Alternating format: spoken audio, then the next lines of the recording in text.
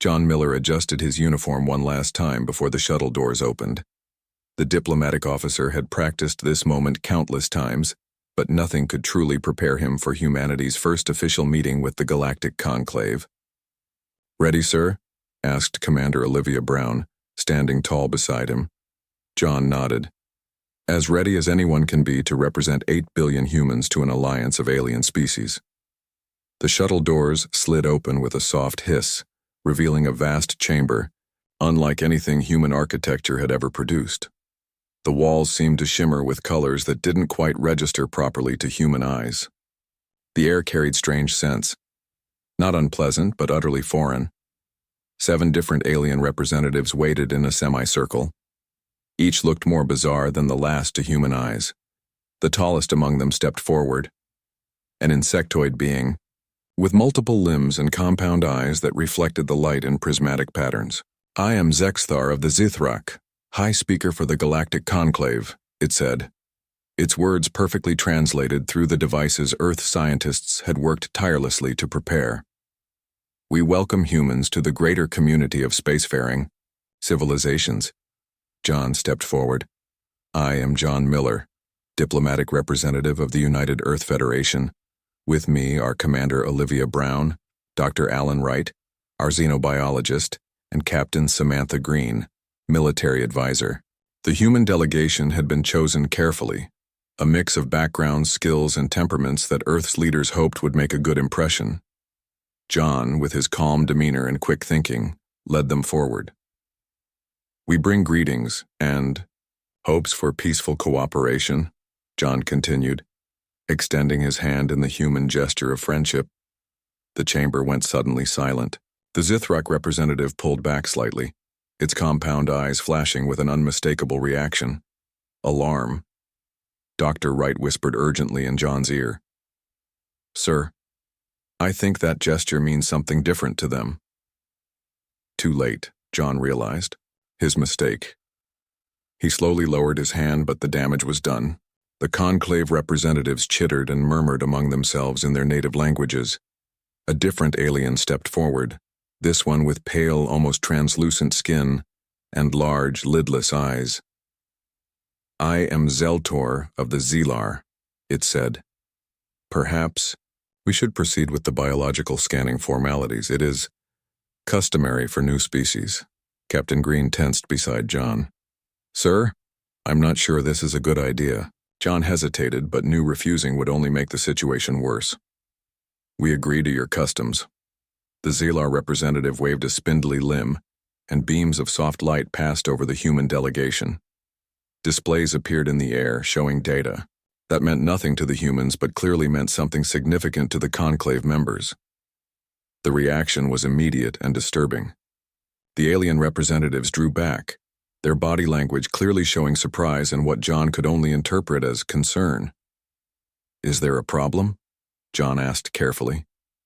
The Zithrak speaker's voice had changed tone. "Your biological readings are unusual.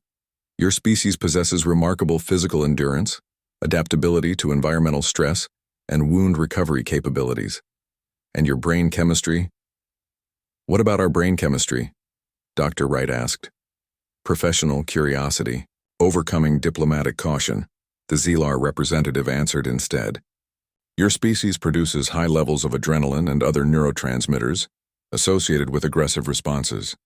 Your dental and digestive structures clearly indicate an omnivorous diet, with significant capacity for meat consumption." "Yes," Dr. Wright said slowly. "Humans evolved as pursuit predators. Our ancestors hunted by chasing prey to exhaustion. Is that unusual among spacefaring species?" The silence that followed was answer enough. The conclave members conferred among themselves, their translated communications deliberately muted. John could feel the situation slipping away from him. "Perhaps we should discuss trade possibilities," John suggested, trying to steer the conversation to safer ground. "Earth has many resources that might interest the conclave." The discussions that followed were strained. The aliens answered questions about their alliance, 7 major species with dozens of client races under their protection.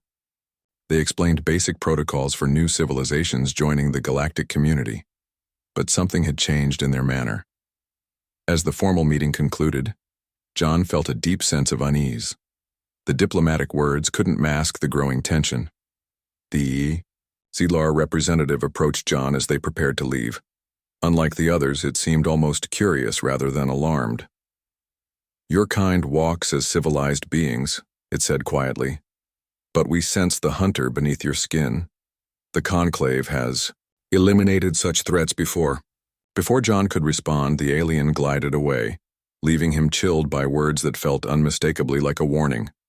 Back aboard the USS Valiant, the human delegation gathered in the briefing room.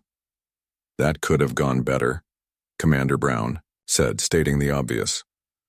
Dr. Wright was reviewing the data they had collected. "Their reaction to our biology was alarming. From what I could gather, most spacefaring species evolved from herbivores or omnivores with limited predatory characteristics. They're afraid of us," Captain Green said bluntly. "Not our technology, we're clearly behind them there, but of what we are biologically." John nodded slowly.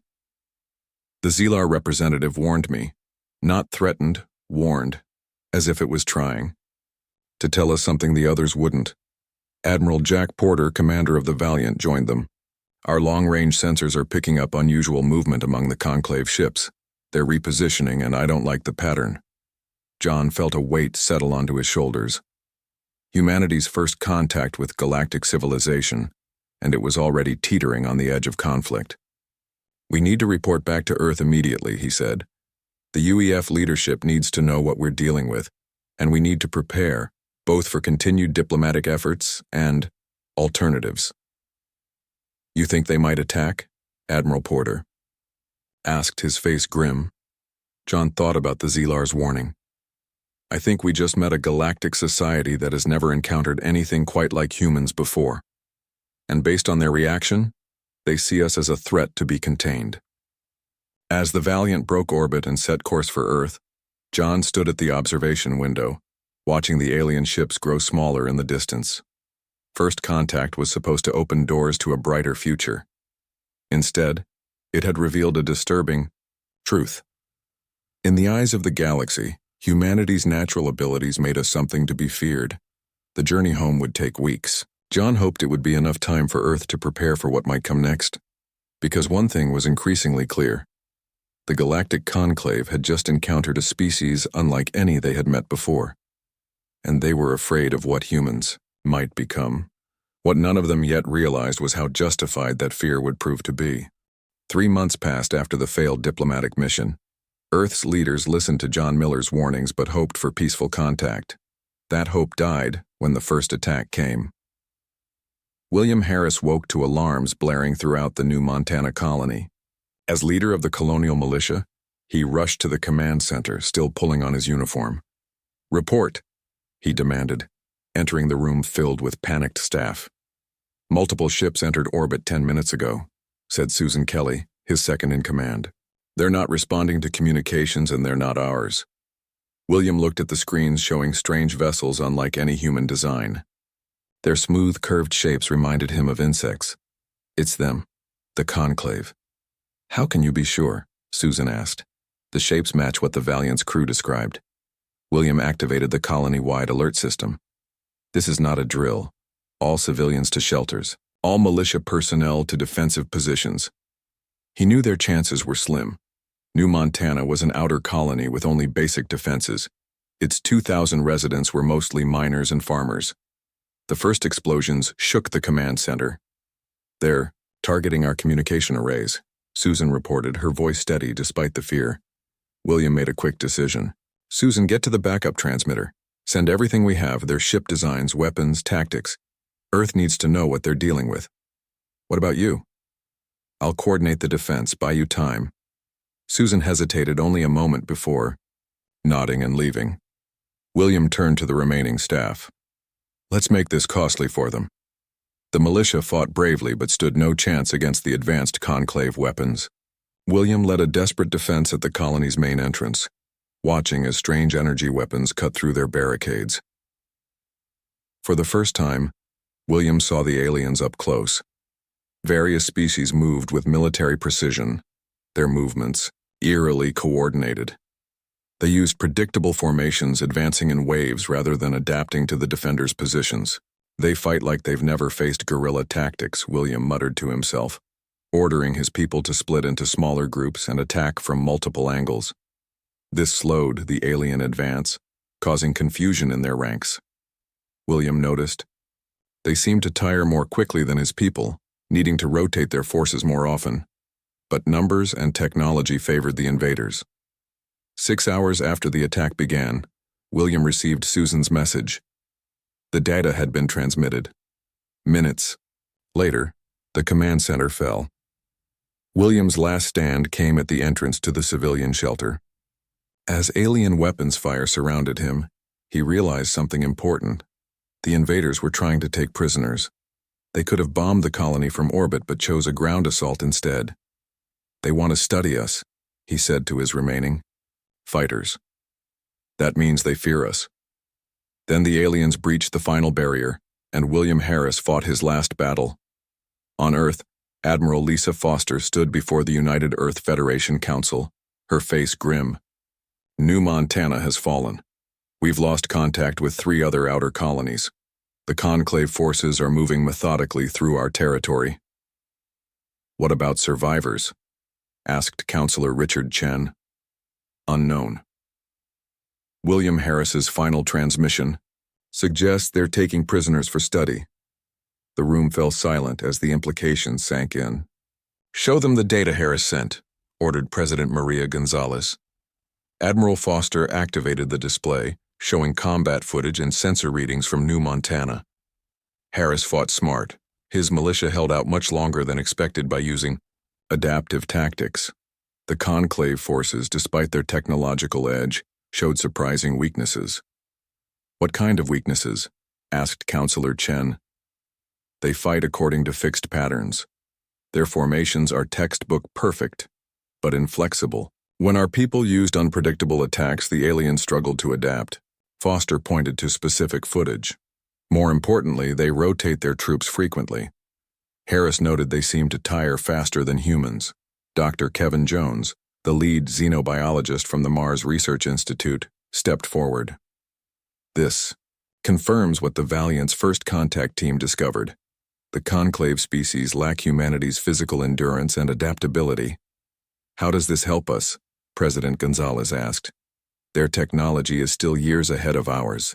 Dr. Jones displayed biological comparisons between humans and the alien species. What they see as our predatory nature gives us advantages. Humans evolved as persistence hunters. We can pursue prey for days, adapting to changing conditions. Our bodies recover from injuries faster. We think more creatively under threat. Admiral Foster nodded. I've analyzed Harris's tactical data. The Conclave has clearly fought many wars, but never against a species like us. Their strategies are designed for enemies biologically similar to themselves. You're suggesting we can win against their superior technology? Counselor Chen sounded skeptical. I'm suggesting we can fight differently than anything they've encountered before. Foster brought up a strategic plan on the display. I call it Operation Long Hunt, based on our ancestors' hunting methods. We don't try to match their firepower. We use hit-and-run tactics, extended campaigns that exploit our superior endurance, and unpredictable strategies their rigid military doctrine won't expect. President Gonzalez studied the plan. This will mean casualties, Admiral. Yes, but fewer than if we fight conventionally. The Conclave expects us to either surrender to their technological superiority or fight a traditional war we cannot win. Dr. Jones added, the psychological impact may be our greatest weapon. From their reaction to human biology, I believe we're the first predator species they've encountered with spaceflight capability. That frightens them. President Gonzalez looked around the room at her advisors. How long until they reach the Sol system? 2 months at their current pace, Admiral Foster answered. Then we have 2 months to prepare. The president stood. Admiral Foster, implement Operation Long Hunt. Counselor Chen, coordinate with colony defenses. Dr. Jones, I want everything you can learn about conclave biology and psychology. As the meeting ended, Admiral Foster remained looking at the tactical display. The Conclave fleet moved through space with mechanical precision, following optimized courses a computer would calculate. Too perfect, she murmured. Too predictable. The path to Earth laid out before the alien armada like a highway. But Foster was already planning roadblocks, ambushes, and traps. The aliens had started this war expecting frightened prey. They would soon learn they had awakened a planet of predators. Across the Sol system, humanity prepared for war. Ships were retrofitted for the new tactics. Soldiers trained in adaptive combat methods. Scientists worked to understand the enemy. The Conclave approached confident in their superiority. They had eliminated threatening species before, but they had never faced humans. They had never experienced what it meant to be hunted by Earth's apex predator. As Admiral Foster told her officers, "They think they're the hunters. We'll show them what real hunting looks like." The Conclave fleet arrived at Jupiter's orbit exactly when Admiral Foster predicted they would. Their movements followed the same efficient patterns their kind had used for centuries. Captain Peter Rodriguez watched them from the bridge of the UEF destroyer Relentless. "They're forming into standard attack formation," his tactical officer reported. "Just like the simulations," Peter nodded. "And just as predictable, all ships execute pattern echo.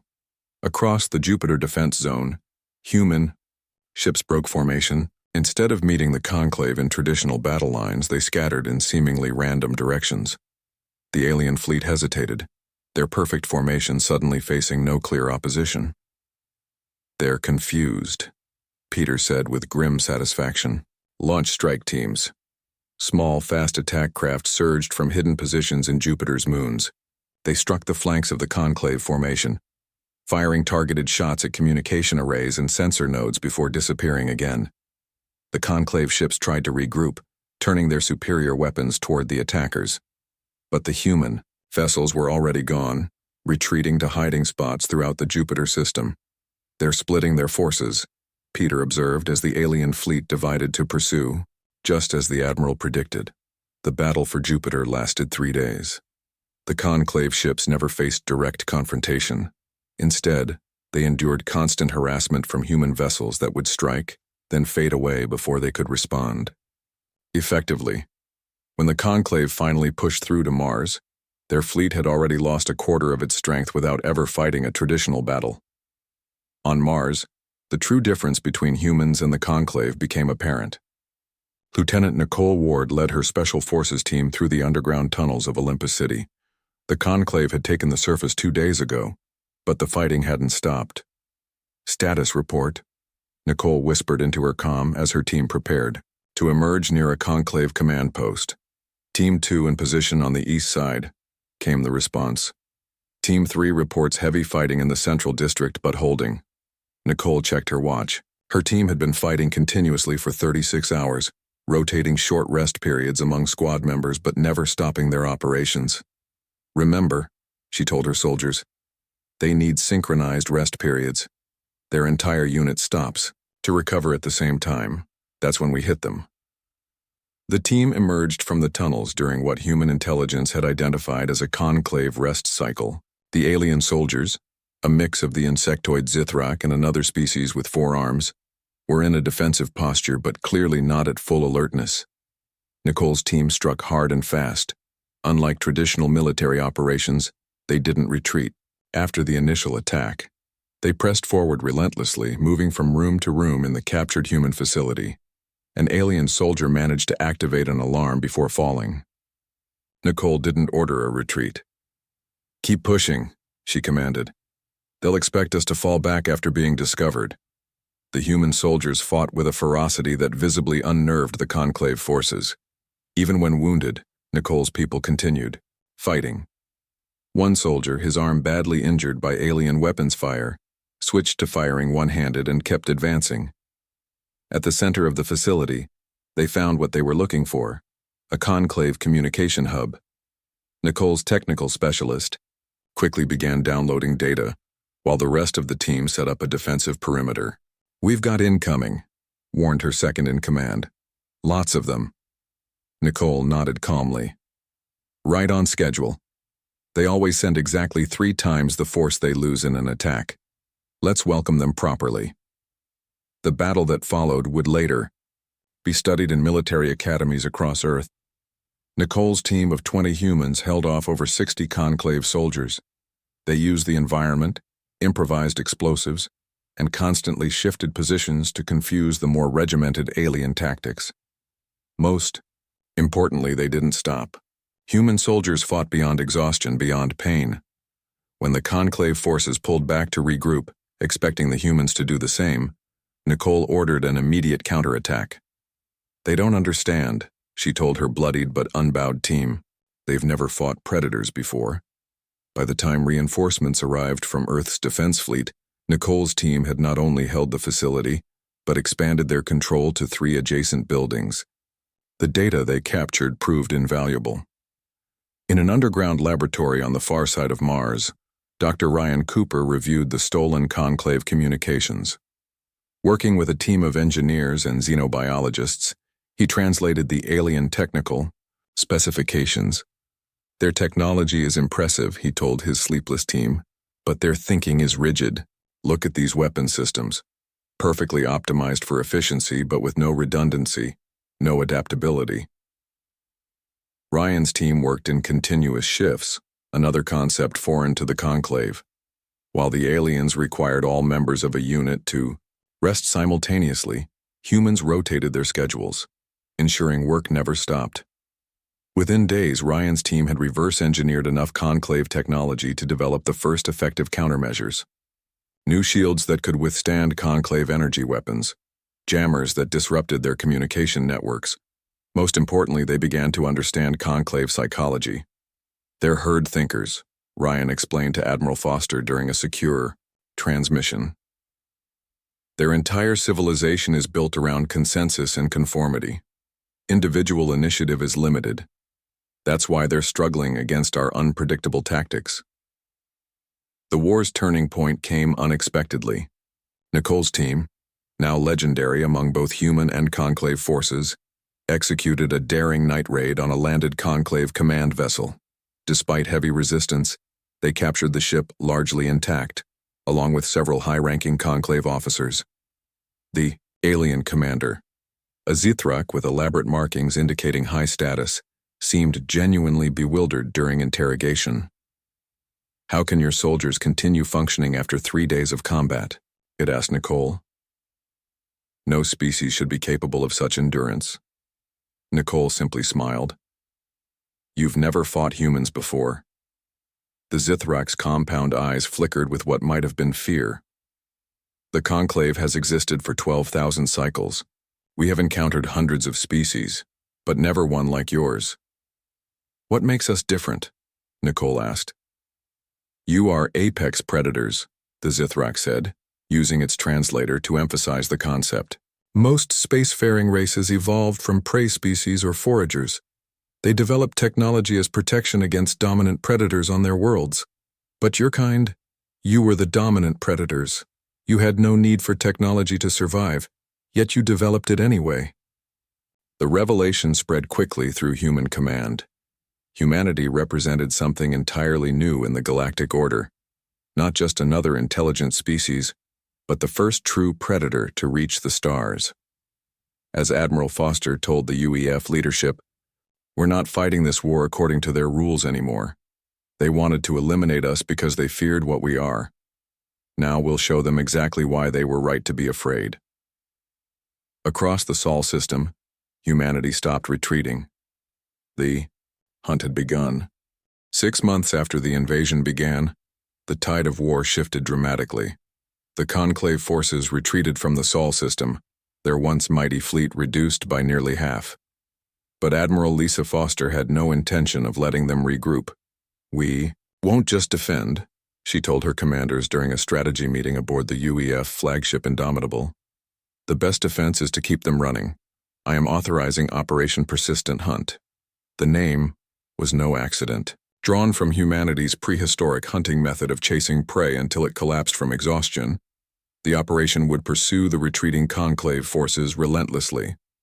Commander Daniel Wilson stood at attention as Admiral Foster addressed him directly. Commander, you will lead the vanguard in our newest vessel. Daniel felt pride swell in his chest. "It would be my honor, Admiral." "The Night Stalker is unlike any ship we've built before," Foster continued. "It incorporates the stealth technology Dr. Cooper's team reverse-engineered from Conclave systems. Your mission is to disrupt their supply lines and prevent them from reaching their fortress worlds." As the meeting ended, Captain Peter Rodriguez approached Daniel. "The Night Stalker is a fine ship, but remember, technology isn't what makes us dangerous to them." Daniel nodded. "It's our nature, our persistence." "Exactly. The Conclave retreats in perfect formation, following their tactical doctrines. They'll never expect us to hunt them across interstellar space." 2 weeks later, the Night Stalker slipped silently through the darkness between stars, trailing the Conclave retreat. Daniel stood on the bridge watching as his crew monitored the alien fleet's movements. "They're following standard retreat patterns," his navigator reported. "Moving at 87% maximum speed to conserve fuel, all ships maintaining precise intervals." Daniel smiled. "So predictable. Identify their supply vessels." The tactical display highlighted several ships in the rear of the formation. Daniel studied them carefully before giving his order. "Target the third vessel from the left. Their formation puts their most critical supplies in the middle of the support group." The Night Stalker moved with silent efficiency. Using short-range jumps to avoid detection, they positioned themselves perfectly. When they struck, it was with surgical precision. The Conclave supply ship never detected them until the human vessel's weapons fired. In the chaos that followed, Daniel's crew worked with predatory efficiency. They disabled 3 supply ships before the Conclave could organize a defense, then vanished back into the darkness of space. "They'll adapt their formation," Daniel told his crew as they retreated, "but we'll adapt faster." For the next month, the Night Stalker hunted the Conclave fleet. Each attack followed a different pattern, never allowing the aliens to predict where the humans would strike next. Other human ships joined the operation, each targeting different elements of the retreating Conclave forces. Meanwhile, on the diplomatic front, John Miller made contact with the species that had been watching the conflict with great interest. The Varick were a merchant race that had long operated at the margins of Conclave territory. Their ships resembled delicate crystalline structures, beautiful but surprisingly durable. "We have observed your conflict with the Conclave," the Varick ambassador, a tall being with iridescent skin, told John during their first meeting. "It is unprecedented." John sat across from the alien in a neutral space station near the edge of human territory. "How so?" "The Conclave has dominated our region of the galaxy for millennia," the Varick explained. "They rarely face significant military challenges. When they do, victory is swift and absolute." "They underestimated us," John said simply. The Varick's skin rippled with what John's translator suggested was amusement. "Indeed. They did not understand what your kind truly is." John leaned forward. "And what are we, in your view?" "You are what the Conclave has systematically eliminated or subjugated for thousands of years, a predator species with the intelligence to master technology." The Varick's large eyes fixed on John. "The Conclave evolved from herd grazers. Most of their member species are similar, prey animals that developed intelligence as a defense mechanism. And they've deliberately prevented predator species from joining galactic society," John realized. "Yes, until your kind appeared, with technology advanced enough to detect and respond to their signals." The Varick hesitated. "We have a proposal for alliance. The Conclave has long restricted our trade and expansion. We can provide you with information they would not want you to have." "What kind of information?" The answer came in the form of star charts showing secret Conclave research facilities. Facilities where, according to the Varick, captured humans were being studied. John immediately relayed this information to Admiral Foster. Within days, a rescue mission was planned. Captain Samantha Green, who had been part of the original diplomatic team, volunteered to lead it. "The largest facility is in the Proxima Centauri system," Samantha told her strike team as they prepared for the operation. Intelligence suggests at least 200 human prisoners are held there. The rescue mission launched with 3 advanced warships, including one equipped with conclave-derived stealth systems. They approached the research facility using asteroid fields for cover, avoiding conclave patrol routes that the Varric had revealed. When they breached the facility, what? Samantha and her team discovered horrified, even battle-hardened veterans. The conclave scientists had been dissecting humans, studying their biology to understand what they called predator advantages. They're trying to develop a biological weapon, Samantha realized as she reviewed the facility's data. Something that targets the very traits that make us different from them. The rescued prisoners, thin and weakened but still defiant, included colonial militia members and civilians from the outer settlements. One of them, a former science teacher named Greg Foster, had managed to learn the conclave language during his captivity. "They're terrified of us," Greg told Samantha as their ship escaped the system. "I overheard their scientists talking. Our ability to adapt and our endurance frightens them more than our weapons."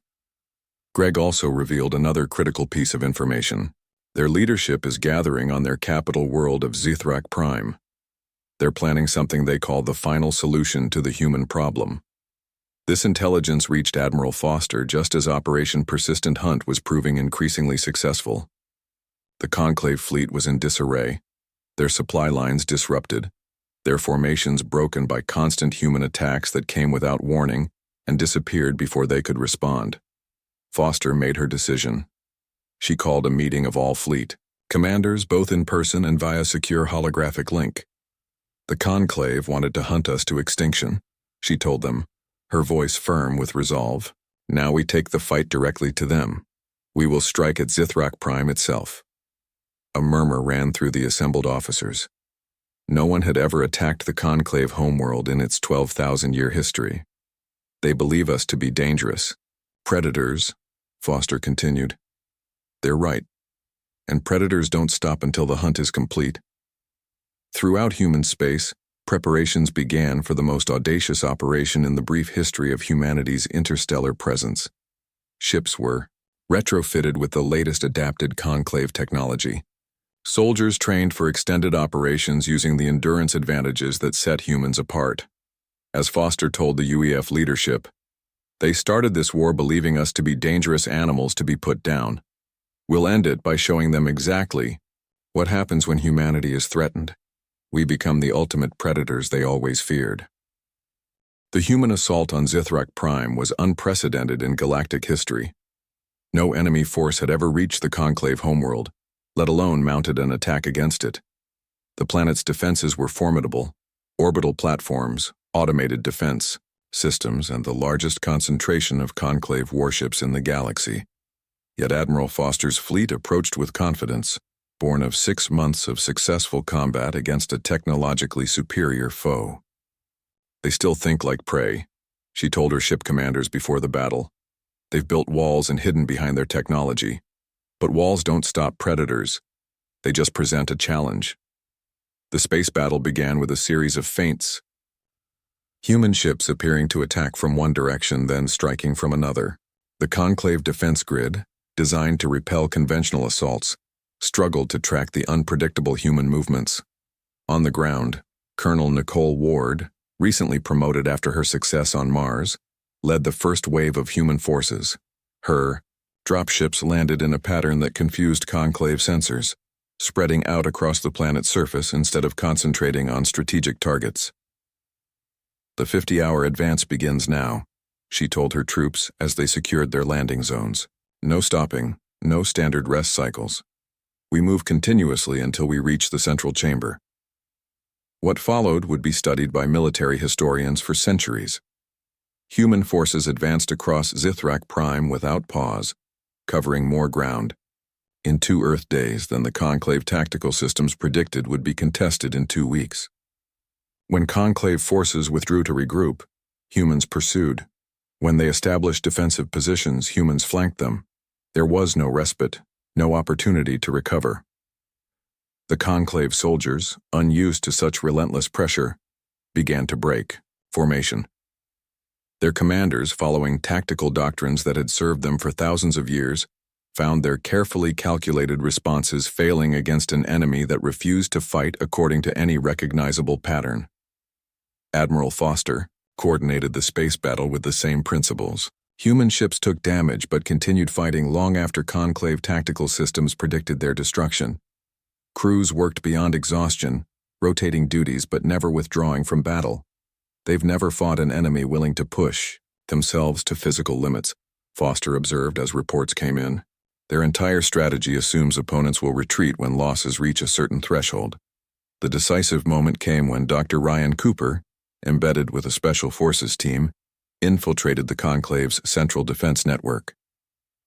The facility was a marvel of alien engineering, with crystalline computers processing data at speeds human technology couldn't match. But Ryan wasn't interested in destroying it. That would have been the expected move, the one the Conclave had prepared for. Instead, he began reprogramming it.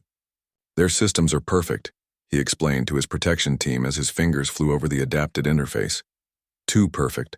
They follow logical patterns without variation. Ryan introduced something the Conclave computers had never encountered: randomness based on human emotional responses. Fear, anger, hope, desperation. He translated these uniquely human experiences into variables that the alien algorithms couldn't predict or counter. The effect was immediate and devastating. Defense systems targeted empty space or friendly units. Communication networks carried contradictory orders. The perfect synchronization that the Conclave relied upon collapsed into chaos.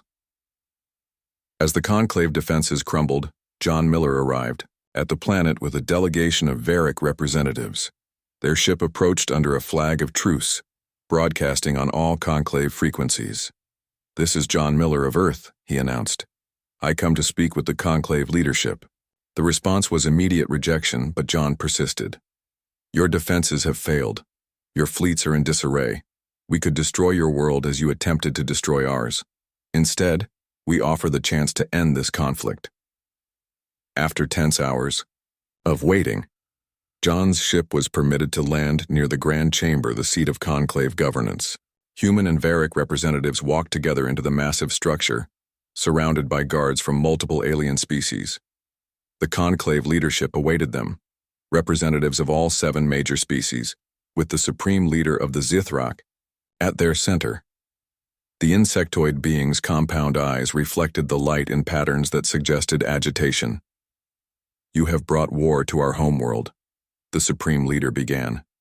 "In 12,000 cycles, no species has dared such an action." "We didn't start this war," John replied calmly. "You attacked our colonies without provocation. You took our people for experimentation. You planned our extinction. Your kind represents a threat to galactic stability," the supreme leader insisted. "Your predatory nature, your aggression, your unnatural capabilities, these cannot be allowed in a civilized galaxy." John moved closer, causing the Conclave guards to tense. "Yet here we stand in your sacred chamber, offering peace when we could take revenge. Is that the action of mindless predators?" The supreme leader's antennae twitched in what John had learned to recognize as confusion. "You hunt not for elimination, but for dominance. Even in victory you think as predators, preserving the prey for future needs." John shook his head. "You misunderstand us still. We fight as predators when threatened, but we negotiate as sentient beings by choice. That's what your Conclave failed to understand about us." John presented the human terms: recognition of human sovereignty, reparations for the attacked colonies, and the release of all human prisoners. Most surprisingly to the Conclave leadership, there was no demand for territory, no forced subjugation of their species. "We don't seek to rule you," John explained. "We seek to live alongside you. Yes, we evolved as predators, but we've moved beyond our evolutionary origins, just as you have. Our predatory instincts don't control us. They're simply tools we can access when needed." The Treaty of Zithrak Prime was signed 2 days later. The war that had begun with the Conclave's fear of humanity's nature ended with a new understanding of what that nature truly meant. In the years that followed, the human reputation transformed throughout the galaxy. What had once been feared as dangerous primitives became respected as formidable peacekeepers. Other species that had been subjugated by the conclave due to their predatory evolutionary history were freed from control, creating a more balanced galactic community. 5 years after the treaty signing, Admiral Foster and John Miller stood on the observation deck of the newly constructed Galactic Embassy on Earth. Ships from 24 species orbited the planet, their representatives arriving for a historic summit. "They come not because they think us safe," Foster observed, "but because they know we're dangerous. Our capacity for violence earned their attention. Our capacity for mercy earned their respect." John nodded in agreement. "The most dangerous predator isn't the one with the sharpest claws," he said, "but the one with the wisdom to know when not to use them." Below them, Earth shone blue and beautiful, no longer an isolated world but the home of a species that had confirmed its place as something unique in the galaxy. Predators who chose peace, hunters who understood the value of cooperation, the ultimate predators who had evolved beyond the need to prey. And that made humanity not just feared but truly respected throughout the stars.